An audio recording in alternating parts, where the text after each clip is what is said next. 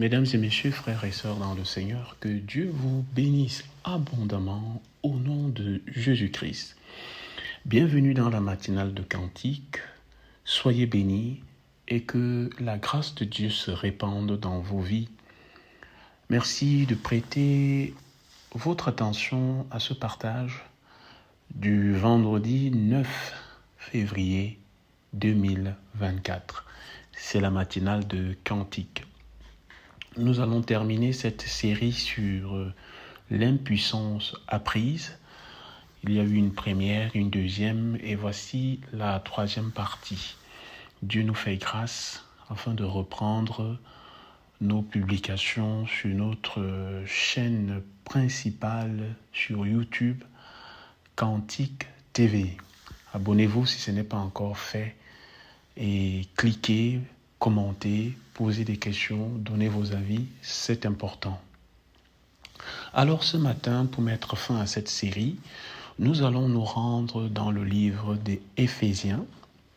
Éphésiens, c'est dans les Épîtres, vers la fin plus ou moins de votre Bible, au chapitre 6, pour lire une première lecture et le titre de notre dernière sur la série L'impuissance apprise est « Rester digne en tant que parent, rester digne en tant que parent ». Alors, qu'est-ce qui est écrit au chapitre 6 d'Éphésiens? Nous lisons « Enfants, obéissez à vos parents selon le Seigneur, car cela est juste. » Verset 2. « Honore ton père et ta mère. C'est le premier commandement avec une promesse, afin que tu sois heureux et que tu vives longtemps sur la terre. » Verset 4. « Et vous, pères, n'irritez pas vos enfants, mais élevez-les en les corrigeant et en les instruisant selon le Seigneur. » Voilà, Éphésiens chapitre 6, versets 1 à 4. Nous avons tout ici. Et brièvement, on peut voir les consignes que le Seigneur donne via l'éducation que nous, parents, nous devons avoir vis-à-vis de nos enfants. Il est d'abord recommandé aux enfants d'obéir à leurs parents selon le Seigneur, d'après la justice, d'après la droiture. Ensuite, il est encore demandé aux enfants d'honorer leurs parents. C'est quoi honorer? Honorer, c'est donner un respect total. Un respect total. Et au troisième verset, ça s'accompagne avec une promesse. Afin que tu vives comment? Longtemps sur la terre, il faut honorer ton père et ta mère en lui donnant un respect total. Et la dernière recommandation au verset 4, il est demandé aux parents de ne pas irriter. Irriter, c'est quoi? C'est provoquer des lésions. En termes médicaux, quand on est irrité à un endroit, on a ce qu'on appelle une inflammation. Et qui dit inflammation dit infection. Et qui dit infection, ainsi de suite, ainsi de suite.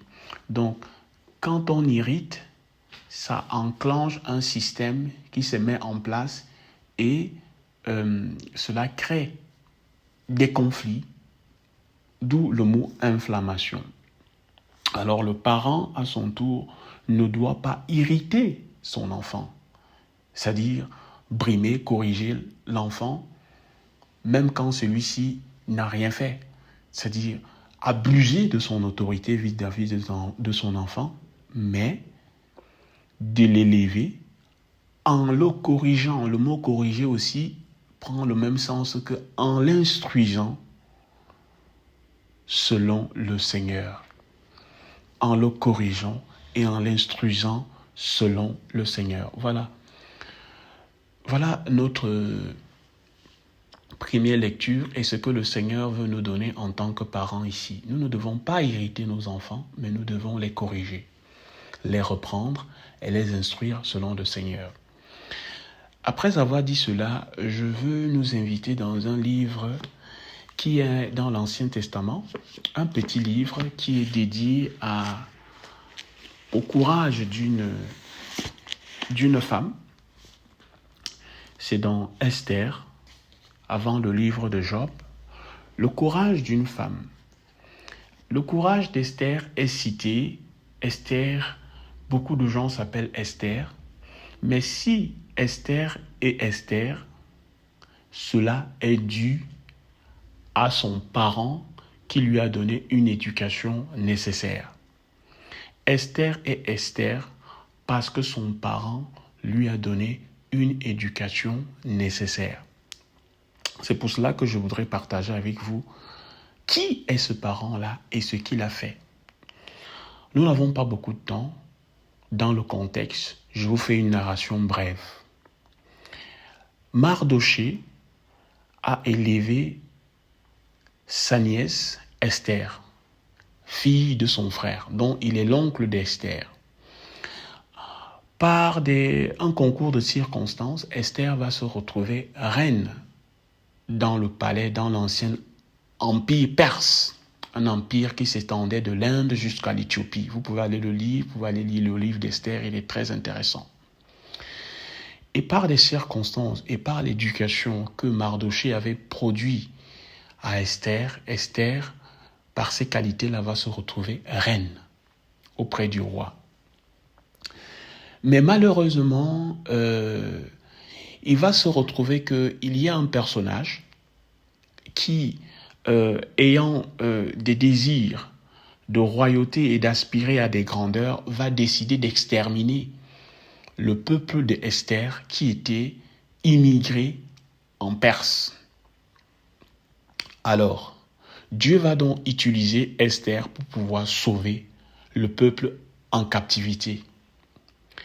Mais avant que cela se mette en place, je voudrais attirer l'attention sur le personnage de Mardoché. Mardoché craignait Dieu, donc c'était un parent. Et ici, on voit que Mardoché n'est pas le géniteur de Esther. Dans le langage moderne, on dit il est tuteur. Donc, à partir du moment où on a un enfant à notre charge, à long ou à court terme, on est parent. C'est ce que la Bible veut nous faire comprendre ici. Que ce soit en un instant, que ce soit en une journée, que ce soit une période définie, ou ce soit toute la vie, on est parent. Mardoché n'a pas dit « Ah, c'est pas mon enfant légitime, c'est l'enfant de mon frère dont je lésigne sur la manière de lui donner une éducation. » Non, Mardoché qui craignait Dieu va apprendre à Esther la crainte du Seigneur dans toute sa grandeur. Ce qui fera qu'elle va trouver grâce auprès du roi devant toutes les autres filles qui avaient été sélectionnées et c'est elle qui va devenir reine. Les détails sont dans le livre d'Esther, allez le lire. Nous voulons être brefs ce matin. Alors, Esther va se retrouver donc au palais. Et via cette situation malheureuse qui va arriver parce qu'il y a quelqu'un qui va aspirer aux charges de grandeur et il veut exterminer les Israéliens qui sont en captivité dans la ville de Perse, il va monter un coup pour qu'ils puissent tous être éliminés, hommes, femmes et enfants. Alors, Mardoché va entrer dans une détresse. Et à cette époque, quand on était dans la détresse, on avait une attitude. On déchirait ses vêtements, on mettait un sac sur sa tête ou sur ses reins et on se couchait dans un endroit et on pleurait. Donc, Mardoché, qui est le père de Esther, est dans la tristesse, parce que son peuple est menacé d'extinction. On va le dire à sa fille Esther. On lui dit, voilà, Mardochée, il s'est déchiré les vêtements, il a mis de la cendre sur la tête, il est couché, il fait le deuil. Alors, qu'est-ce que Esther va faire? Normalement, comme toute fille, qu'est-ce qu'elle va faire? Elle va prendre un serviteur, va envoyer une belle robe et des parfums et tout, et demander à Mardochée d'arrêter de faire ce qu'il fait, de s'habiller. C'est écrit dans le livre d'Esther, le chapitre 4, ce dont je suis en train de vous narrer. Alors, le verset 4 dit, « Les servantes d'Esther et ses eunuques vinrent lui annoncer cela, et la reine fut très effrayée. Elle envoya des vêtements à Mardochée pour le couvrir et lui faire ôter son sac, mais il n'accepta pas. » Arrêtons-nous là. Nous voyons ici que Mardochée, qui craignait Dieu, savait ce qu'il faisait. Et Esther vient contredire, en fait, quelque chose qui était un signe de deuil, parce qu'elle ne pouvait pas l'ignorer. La Bible dit, elle a été effrayée. Alors, au lieu de chercher à comprendre, proprement dit, qu'est-ce qui se passe? C'est quoi la profondeur?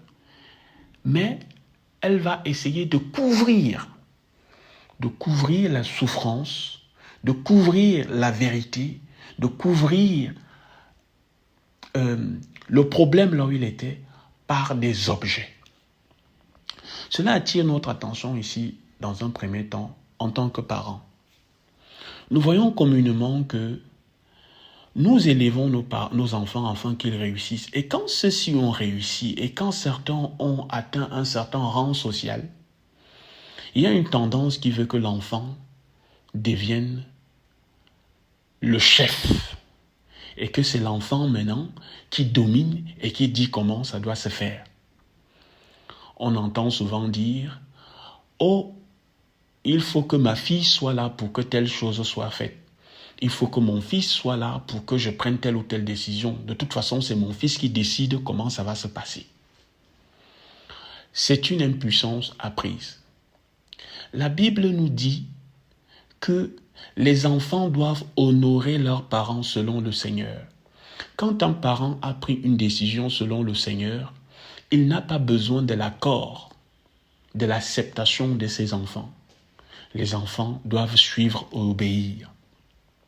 Ici, Mardochée exprime un malheur, une douleur. Et sa fille, sur sa position de reine, lui envoie, en quelque sorte, de quoi couvrir des objets pour couvrir son malheur.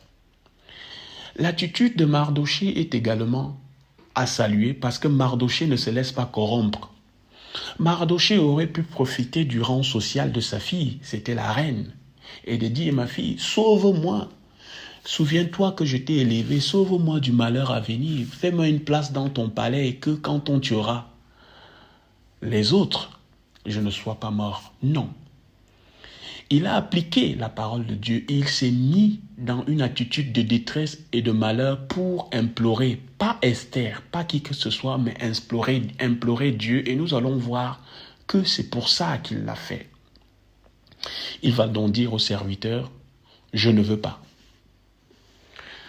Alors Esther de nouveau va appeler l'un de ses serviteurs. Elle va le charger d'aller demander à Mardochée ce que c'était et d'où cela venait. Vous voyez, la première fois, ce n'était pas pour comprendre ce que Mardochée avait. C'était juste pour dire, ok, je suis reine, voilà une belle robe, voilà de l'argent, voilà des chaussures, voilà une maison, voilà une voiture, papa, voilà, tu fais ce que je te dis. Et c'est ce qui se passe de nos jours.